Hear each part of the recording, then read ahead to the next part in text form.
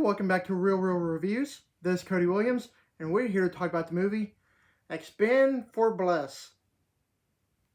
Expendables 4. Don't you just hate it when they put a number mixed into the title? It's so weird. Anyways, it is the new sequel to the line of movies that featured all of today's most renowned action stars. For starters, I actually thoroughly enjoyed the first couple movies. And of course, by the third movie came around, it kind of jumped the shark and became a little too much for my liking.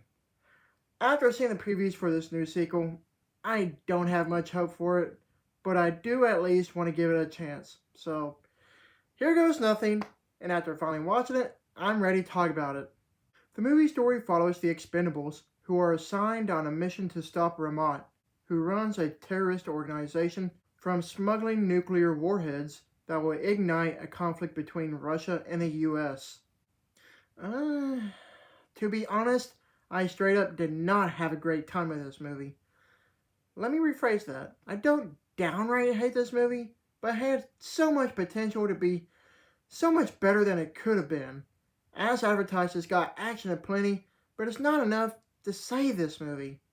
Of course, I'll get into the juicy details why I didn't like it later. For now, I do want to talk about what I actually did like about this movie, whether it be the film's brutality, fun action scenes, and that's about it. After having the last Expendables movie being watered down to PG-13 to cater to a younger audience, it's actually nice to have this new sequel to return to form with its hard R rating once again.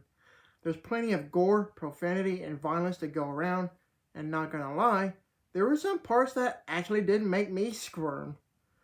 Being an action film, I do love the exhilarating action scenes that this movie has, even though they are a bit hard to watch. What I mean by that would either have to be how it was filmed or edited. I don't know, but the action scenes were hard to make out. I guess it would have to be the way it was filmed because the camera work was too jittery for my liking. When it comes to the hand-to-hand fight scenes, I will say that they were awesomely choreographed. When it comes to the stars of the film, the movie heavily concentrates on Jason Statham and pretty much loses focus on the other co-stars. I did hate the fact that Sylvester Stallone's character was heavily sidelined because he's the bread and butter of these movies. As for the others, you can pretty much tell that they are not into it and only in the movie just for the money. I don't even understand the point of even having Megan Fox in the movie, other than the fact just to stand there and look pretty. She really didn't add much of anything to the overall film, so why bother? As for the writing, it's not good. The movie's plot seems like your average run-of-the-mill action flick, and it was not very exciting at the slightest. Even the dialogue for everyone was just mind-numbingly awful. I'm not much of a writer myself, but even I think I could have done better. You can definitely tell that the CGI for some scenes, well, most of the movie doesn't look too great. It looks cheap and poorly done. How bad is it? For starters, it looks about as bad as the original movies you would find on the Sci-Fi Channel.